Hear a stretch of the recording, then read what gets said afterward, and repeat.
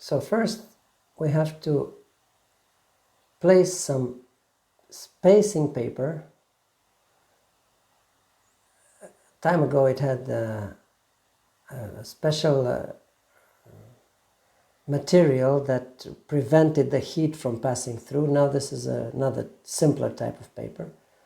The reason why we place this paper inside of the cylinder is to create the space for the metal to dilate and for the investment material to dilate, because the metal will have to dilate, right, when it is cast, when it is warm, when it is melted actually. So this paper is to be wet, is to be nicely and smoothly placed on the margins of the cylinder. That's why we use water to make it soft. And so the cylinder is ready and placed now on the conformer that conforms the shape of the investment material. So you see the cone is inside, we check everything, the pattern has to be closer to the walls. We have to be like 5 millimeters from the top of the investment material that we're going to pour in now. And as you saw, the reservoirs are more to the center, so they will cool down at a later stage. They will keep liquid metal for a longer time. So this is a very, very good investment material, one of the best. It's from Heraeus, SH we call it, Bellavest SH, the black magic. So every 160 grams you need 40 milliliters of liquid.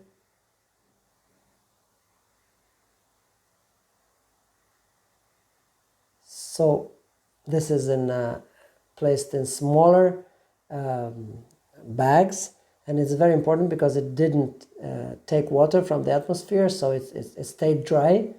It's better than to have big investment material, big bags of investment materials, and you take it and you have to seal it back in order to avoid humidity to get into it. So this is better. So now we place the liquid. It has its own liquid, right? Properly measured. You have to know exactly how much you use, because otherwise you don't control the dilation. The investment material should dilate and contract in accordance to what the metal inside is doing, right? And that's why we need high precision in this operation. So now the mixing of the two, powder and liquid.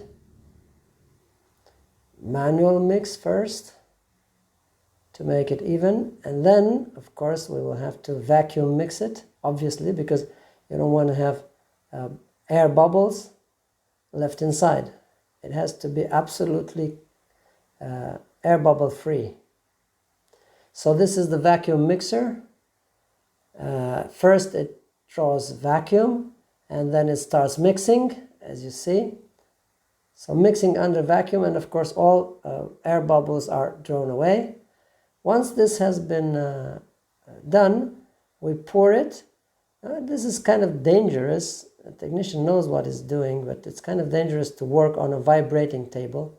I always prefer to do it without vibration. Slowly, the technician is pouring all this and filling all those gaps, but you see that the most difficult part is to fill inside the crowns, yeah?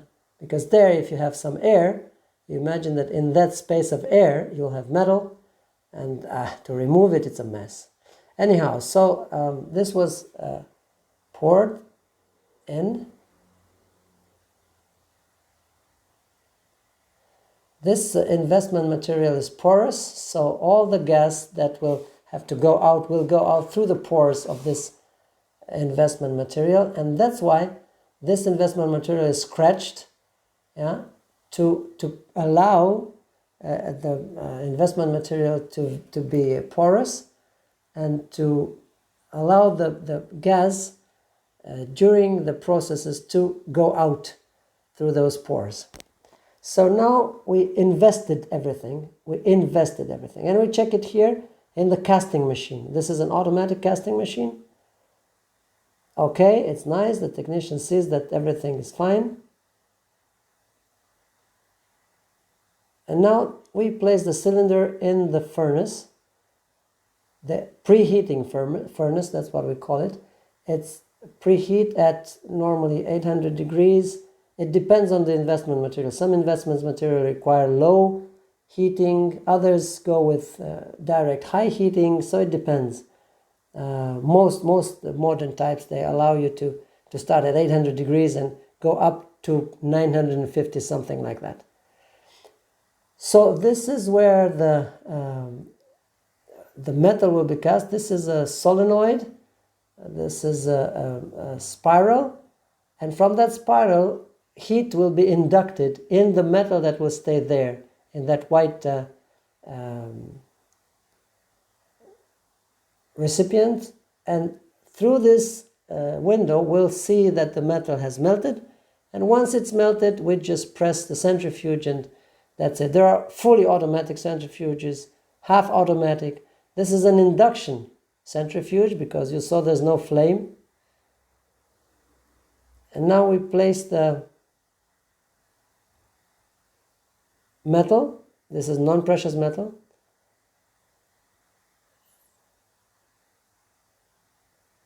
So we place this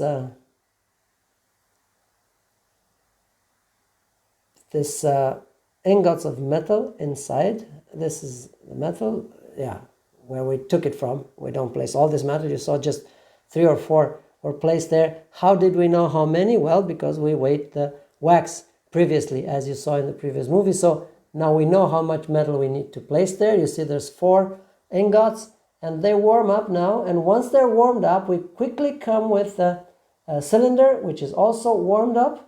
We don't want it to cool down. We want everything very warm there. And we warm it up by induction.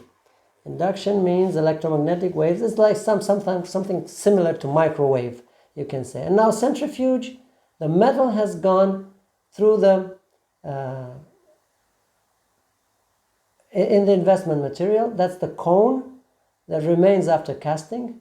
And of course you will ask, where's the wax? Well, the wax has been melt in the preheating furnace, and in the place of the wax now we have metal.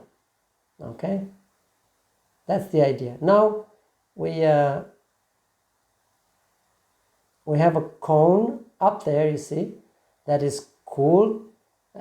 Well, everything is cool, but now we have a cone up there that we made previously to allow us to kick and to remove the investment material with the metal inside now, which we did. And this is what we find inside. And now we sandblast it. We sandblast it. Of course, you break first mechanically, and then you sandblast it in order to have the metal free of any debris from the investment material. So you see what used to be wax, now it's metal. That's the idea, yeah? Because the wax has melted in the preheating furnace. And this is the result. These are the elements that we wanted to have. Now we clean up the connection with the sprues. We cut the sprues first. Now we clean up the connections in order to get our copings and our elements as clean as we like. We go in only one sense with the burr, you see, because we don't want to place metal, to have overlays of metal one over the other, where gas will remain and then you have bubbles in the ceramic. This is something very interesting. Very few technicians know those details. Now you are one of those few.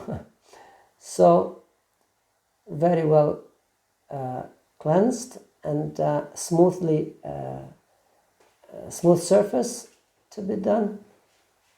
You have to work very clean when you're a dental technician. Although you work with much dirt, but in the end you have to be clean. This is no diamond, this is carbide burr. Stainless steel, we call it carbide. So now we check the fit of every single element. Yeah? And if there's any problem, then You see here, there's a little bit of a difference. So if we remove now the spacer, then yes, the fit is going to be nice. You see, there's no gap in there. That's what we're looking for. And again, here we have to be very, very precise, because that's the, I mean, you wouldn't use in your mouth something, you wouldn't wear in your mouth something that is, you know, excessively big and retains food under your gum, right?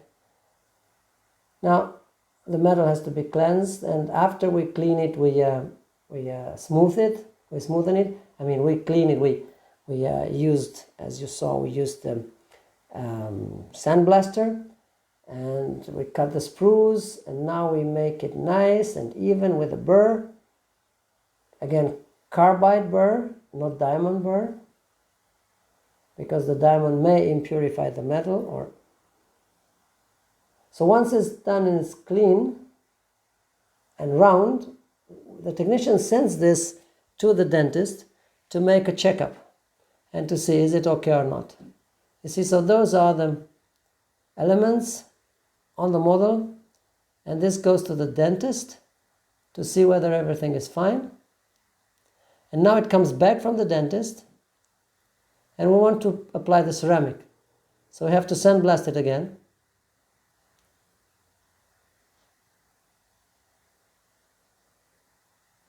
But not at 90 degrees angle, but in an angle of maybe 60 degrees